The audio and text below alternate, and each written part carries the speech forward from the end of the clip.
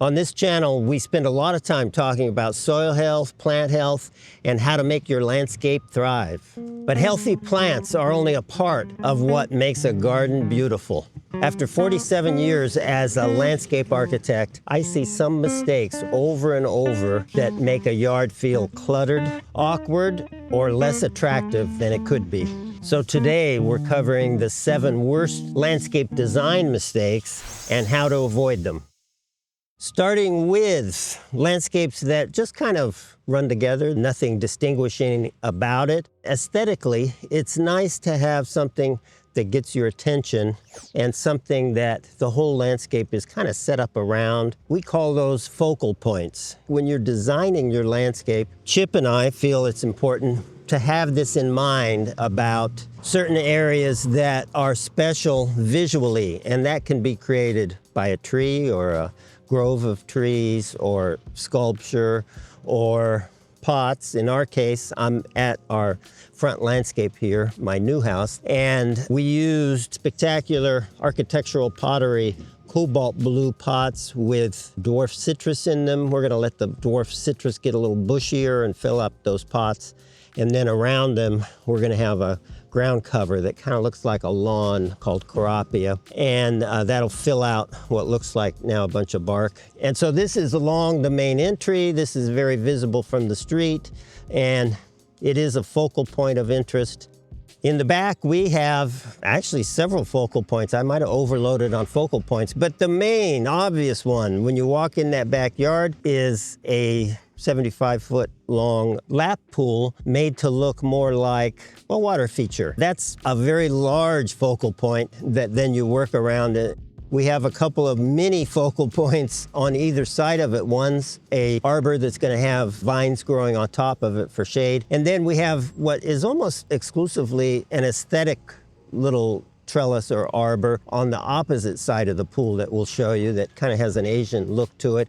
I don't think it's the first thing you're going to think about, but it is something as you begin to create your spaces that you consider how you can make them, one or more of them, stand out with some type of focal point. Working in a focal point is important, but a mistake that many homeowners make is thinking more equals better. So you can definitely have more than one focal point, but the focal points need to be framed around a unified landscape. For instance, on either side of the walkway leading to the main entry to the house, we have little ragu bays, which is a dwarf bay shrub. So it's the same plant all along the walkway. Very simple and unified. Either side of the main entrance, even though one's bigger than the other because we planted them at different times, we have 2 dwarf ginkgos. So you see the idea here is very unified plantings on either side of the walkways and in large parts of the landscape. The whole focal point of the front landscape is these 4 navel oranges. Now, if we were to make that 4 different trees, that would be kind of a visual busy mess. We're trying to be bold, compelling, simple, and yet still with a lot of interest. A landscape can have plenty of great plants and features, but still feel chaotic. Let me ask you a question. How many times have you considered how your landscape is viewed? It's far more important than you think, and when you look at skillfully done designs, it's paramount to the construction of them. So sightlines are related to focal points and mystery, and they all kind of work together. A garden or a landscape without sightlines means there's no consideration of important, really attractive things to look at and ways that you want to highlight your landscape, things that you want people to look at. This landscape here is all about sightlines. You can see from the front, we developed this sightline that goes right down the middle of the pool and starts in the front yard when you can hardly see the pool. You can just get hints of it. So there you're creating this feeling of mystery. You want to know what's in the back, and you get a sense of what's in the back, but you'd be very curious to walk through the gate and look at the back because you're enticed by what you see by the sight line. We have a tree right at the end of a sight line because our pool is long and narrow, and you're going to look down the entire length of it. And way in the back behind it, we've got a spectacular tall autumn gold ginkgo, which will have great fall color and be a really interesting focal point at the end of a sight line. We're in the process of building this, so we'll be screening out some of the parts we don't want you to notice as part of the sight lines. And then we've got another interesting sight line. We've got a big lawn in the back that's just dirt right now, but as you look down the lawn, you see a courtyard that's going to have furniture. Right now it just has pots. This landscape is all about sight lines. Along with sight lines goes focal points and mystery, and that makes a landscape interesting. The idea of mystery is well demonstrated by this little landscape we did that has quite a few Japanese maples. Very small garden. I have gotten some comments from people say, you can't do mystery, you know, my yard's not big enough. Well, this is a very tiny little yard, and mystery is a big part of it because the walk was designed in a way that you don't really know exactly what you're going to see when you turn the corner. This next one has less to do with what you see and more to do with how you experience the space and the landscape. If your landscape feels off and you can't quite put your finger on what it is and why it's off, I just might have the answer. Keep watching. So there's lots of mistakes that can go wrong with circulation. The most common ones are being so creative that it doesn't really create the most convenient way to get from space to space, and so you end up with people cutting across the landscape and ignoring the intended circulation. And also circulation that isn't creative enough where you don't experience the landscape in some way. In the front from the street, we have like a double walkway, and you can take either one that leads you to the main gate. In the middle of that walkway, in terms of being interactive, is one of the most spectacular focal points in the whole garden with those 3 pots. And then as you enter the gate, it's very direct and yet still interesting because you have all of these interactive elements on either side of you, a lap pool and planting. The circulation and the line of sight and the focal points, they're all related. This circulation is extremely functional because it goes all the way around the house and connects to the driveway at both ends. Really a great example of a circulation system that is extremely functional and yet interactive. So maybe the most important feeling from circulation is that it's intuitive. You're not going to have people cutting across the wrong areas because it's clear where you're supposed to walk, and where you're supposed to walk is convenient and direct. If you've ever built a walkway only to watch people cut across the lawn anyway, then subscribe, it's free.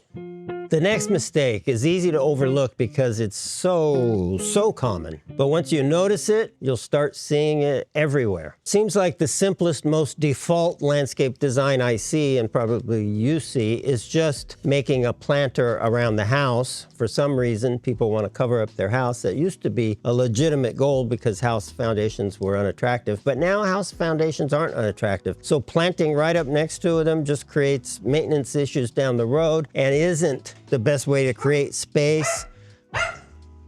I try to get away from foundation planting entirely. You'll see here many parts of the house, we don't even have plants, but I do have what's essentially a basement area. So I'm sensitive to putting water right up next to the house, making the windows very accessible for cleaning. Around most of the house, I have these cobble areas mixed with 4 to 8 inch river rock and Mexican cobble. No water, no irrigation, very simple. Then outside of those areas, we have dense planting, so we're not looking arid or anything.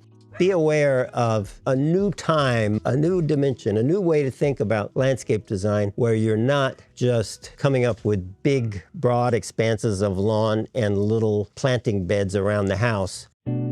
The next point might be, I think is, one of the most overlooked principles in landscape design, and yet it has the most important impact on how your landscape looks and feels and functions. Sometimes you might recognize landscapes that are just about ornamentation. They have pretty plants, they have maybe a lot of lawn or a lot of rock, but the elements are not situated in a way for your use and for improving your life. And that really is what landscape architecture is all about, creating space. The great challenge for the garden designer shouldn't be to make the garden look natural, but to make the garden so the people in it will feel natural. That's from Lawrence Halprin. And that's all about building gardens with spaces that maybe extend your house out into your landscape, that are maybe made for you to take a nap. In this landscape, we recognize that by creating all kinds of space. The space I'm sitting in, which is an extension of the family room with double doors out into the landscape. The pool itself is one big space. We have a courtyard in the front, a courtyard in the back, a courtyard on the side yard, a lawn area. And I'd say the first thing that's in the creation of a good landscape design is identify the uses in your landscapes that you know you need and you want. Then we try to link those spaces with, as we've already mentioned, focal points and proper circulation. I saved what I consider to be the biggest mistake of all for last. It's incredibly common, not usually attractive, and once you recognize it, you'll wonder why so many people do it. Foundation planting is planting that envelops the house instead of revealing the house. And at this house, I think it's a classic example of a house we want to reveal because the architecture is so spectacular. This is what I would encourage you to avoid. Don't do planting that envelops the house. Allow the house to be seen not only from the front, but the back, and maybe there's a spot here and there where you could just have a Japanese maple, or, you know, there's things that you can put outside of the window to make a nice view out, and there's nothing wrong with that. We have one small area right behind me that demonstrates how you envelop a house, but I had a reason to do it. I used bamboo to envelop the house in this one isolated area because that is the master bathroom, and it has big windows, and at night you can look in from the outside. So we screened it with bamboo, and bamboo is good with the theme of the architecture and the theme of the house. It's also good because that's just like 1.5 years of growth, so grew very fast. Now we'll have to control it a little, although in that case we are covering the architecture of the house, but it's just directly in front of the master bathroom window. Now envision that all around the house and contrast it to what we did instead all around the house. If you have that all around the house, whether it's bamboo or another plant, they get too big, and so then the only thing you can think of to do, or your gardener can think of to do, is use a hedge trimmer to club them into submission, remembering shapes from geometry that still cover the house and don't allow you to appreciate the natural form of the plant because now you've clubbed it into submission. You can design your landscape to look amazing, but that doesn't mean all your work is done. There's still a lot that can go wrong even when the design looks great. For example, can you tell what's wrong with the mulch on the screen right here? Because many, many people make this mistake every single day, and Chip doesn't like it. Click on the screen and I'll tell you about it in that video.